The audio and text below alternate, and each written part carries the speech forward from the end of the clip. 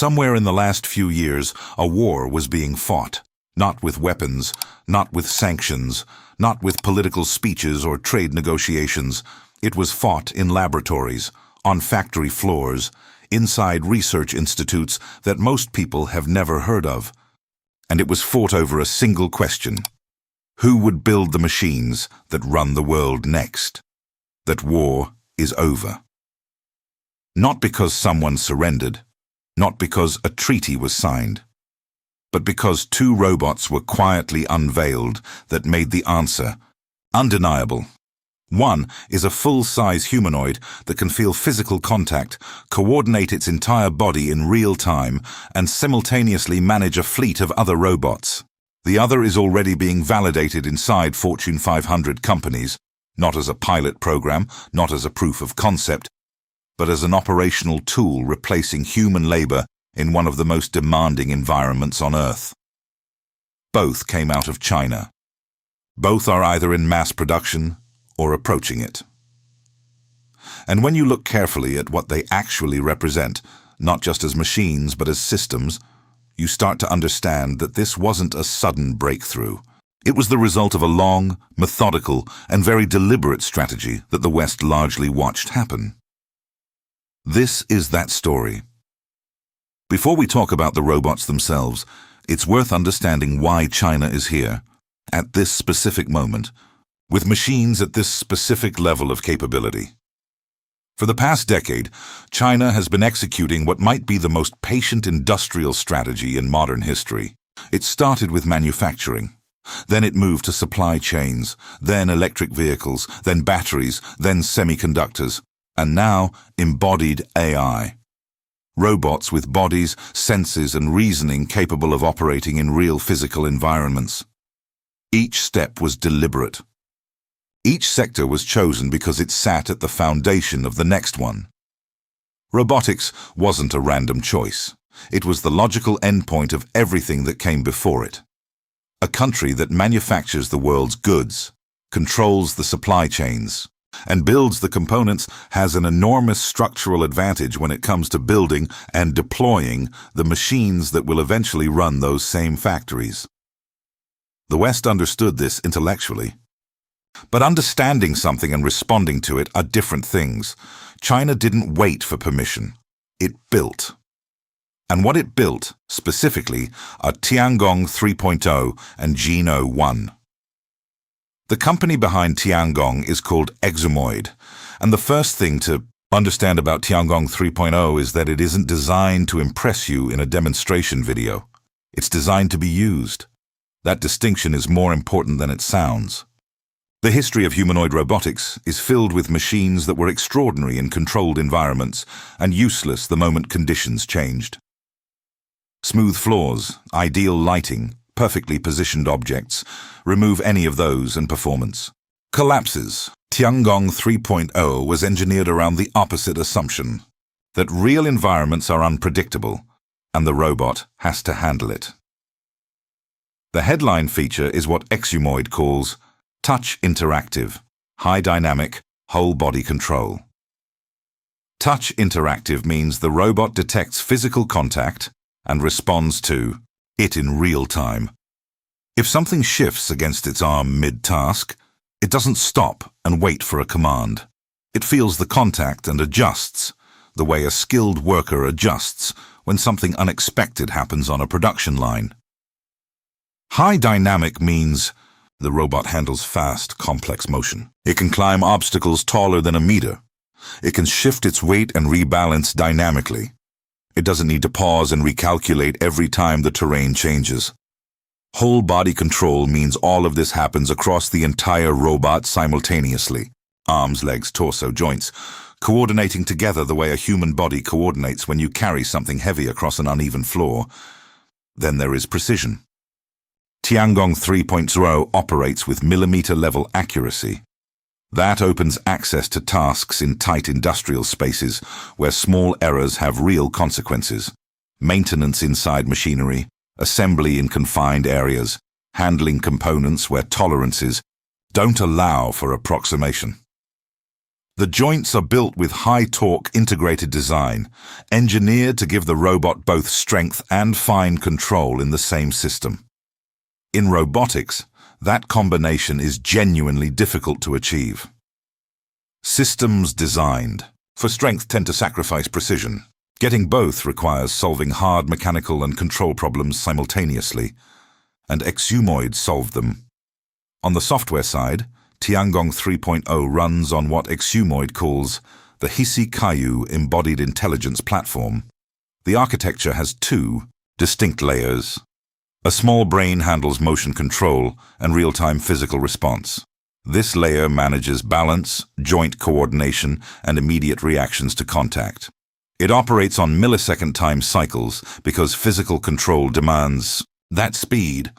A large brain handles higher-level reasoning and planning. This layer understands tasks, interprets the environment, and makes decisions about what to do next. It works on longer timescales and draws on language understanding and visual reasoning. These two layers operate in a closed loop. Perception feeds into decision-making. Decision-making feeds into execution. Execution generates new perception. That continuous cycle allows the robot to operate autonomously in changing environments, not by following a pre-programmed sequence, but by reasoning through what needs to happen next. Here is where Tiangong's architecture becomes genuinely remarkable.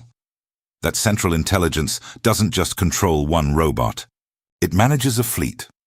One system can assign different tasks to different Tiangong units simultaneously, monitor their status across an entire operation, and dynamically adjust behavior based on what's happening in real time. This is the difference between a capable machine and a scalable system. A single robot can replace one worker. A coordinated fleet of robots, operating under unified intelligence, changes the economics of an entire operation. The bottleneck isn't the machine anymore. It's the rate at which you can deploy them. Here is where Humanoid made the most ruthless move of all, and they dressed it up to look generous. They released key parts of the ecosystem publicly: the hardware platform itself, a vision language, model called Pelican VL, a large robotics dataset called RoboMind. All of it free. Don't mistake that for charity. They aren't doing this to be nice. They are doing it to eliminate the competition before the competition can raise a Series A. If the Chinese software is free and technically superior, no American startup building a rival robotics AI platform can survive. You cannot charge for something that someone else is giving away better. It is predatory pricing, not for a consumer product, but for the AI brains that will run the next generation of industrial machines. The developers who adopt this platform don't just use the software. They build their entire careers, their companies, and their products on top of it. And once an ecosystem reaches critical mass, once thousands of developers are building on Pelican VL and RoboMind, switching costs become so high that the platform becomes effectively permanent infrastructure. This is the same playbook that turned Android into the default operating system for 2/3 of the world's smartphones. Except this time, the product isn't a phone. It's the software stack that runs physical robots in factories, warehouses, and supply chains globally. Free is not a feature. Free is a strategy. And it is one of the most effective competitive weapons ever deployed in the history of technology. None of this appeared without proof. Earlier, Tiangong platforms completed a 21-kilometer half marathon in under 3 hours, running autonomously, managing balance across varied terrain throughout. Others competed in international humanoid robot competitions and won, taking medals in sprinting and materials handling while operating without remote control. Tiangong 3.0 is built on that foundation. The athletic performance wasn't the destination. It was the proving ground. Every lesson learned from pushing the robot to its physical limits made the industrial platform more reliable, more precise, and more capable of handling the unpredictable conditions that real environments produce. If Tiangong 3.0 is the flexible platform, Geno1 is the focused deployment. And it may reach global scale even faster. Geek Plus is not a startup searching for its first customer. The company already operates fleets of autonomous mobile robots in warehouses across multiple continents. They have the operational data, the client relationships, the regulatory approvals, and the infrastructure already running. They know what warehouses need because they've been inside thousands of them. Geno1 is their answer to the one problem their existing systems couldn't solve. Warehouses have been automating for years. Conveyor systems, fixed robotic arms, autonomous, transport robots. All of this exists and is widely deployed. But despite all of it, more than half of warehouse operating costs still come from human labor. The reason is straightforward. Picking, packing, box handling, and inspection involve objects in irregular positions, varying shapes and weights, and constantly changing conditions. Fixed systems can't handle them efficiently. You need something with the flexibility and judgment of a human worker. That gap has existed for decades, and Geno1 was built to close it. The robot has multi-eye vision that gives it strong three-dimensional spatial awareness in cluttered, changing environments. Its hands are three-fingered, designed for dexterous manipulation of real warehouse objects. Irregular boxes, bags, items that don't conform to idealized test shapes. The dual arms use force control, sensing how much pressure is being applied and adjusting in real time, which makes the robot safe to operate alongside human workers. Every design choice reflects the same priority: reliability under real conditions, not maximum capability in controlled ones. At the cognitive level, Geno1 uses a vision-language-action model with a fast and slow architecture. The slow layer handles planning, understanding the task, reading the environment, making high-level decisions about sequence and strategy. It doesn't need to work in milliseconds. It needs to be accurate. The fast layer handles execution, translating those decisions into immediate physical motion, responding to real-time changes in what the robot encounters.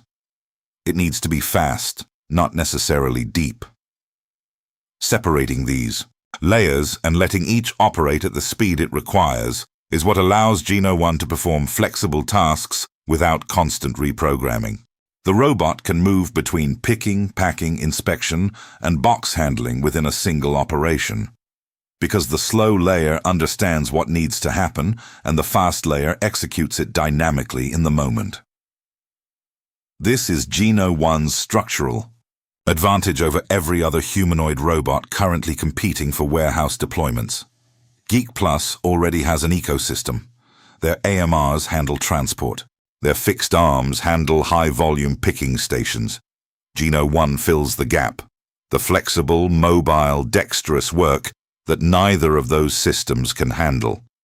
Together, the three tiers create a coordinated warehouse where transport, storage, and manual operations all run under one intelligent platform. No other humanoid robotics company, not in the United States, not in Europe, not anywhere, has that level of existing operational infrastructure to integrate into. Geno1 doesn't enter a market. It completes a system that's already running at scale. Geek Plus states Geno1 is ready for mass production and immediate deployment. A Fortune 500 company reportedly validated the system within months of its launch. Not as a research pilot, but as an operational tool evaluated against real business requirements. That is the signal worth paying attention to. Not the specification sheet. Not the demonstration video. A major global company with real operational stakes put the robot through real conditions and confirmed it works. Tiangong 3.0 and Geno1 are different machines, different philosophies, different markets, but together they represent the same thing. The moment when humanoid robotics moved from aspiration to execution. The industrial war, the quiet, decade-long competition over who would build the machines that run the physical world, wasn't decided by a single invention. It was decided by patience, by building the manufacturing base first, by controlling the supply chains, by training the engineers, by running the factories that gave researchers access to real environments where real problems demanded real solutions. The West has capable robotics companies, impressive research, genuine talent. None of that is in question. But there is a difference between having the capability to build something and having the ecosystem to deploy it. Between demonstrating what a robot can do and integrating it into operations at scale. Between moving fast in a lab and moving methodically through an entire industrial sector. China did the second thing, consistently, over a very long time. And now, two robots, one built to be a platform the world builds on, one built to fill the last gap in a warehouse ecosystem already running globally, make the result visible. The industrial war is over. It wasn't lost in a boardroom. It wasn't lost in a policy failure. It was lost slowly, quietly, in the gap between watching a strategy unfold and choosing not to respond to it. The only remaining question, the one that actually matters now, is what happens next.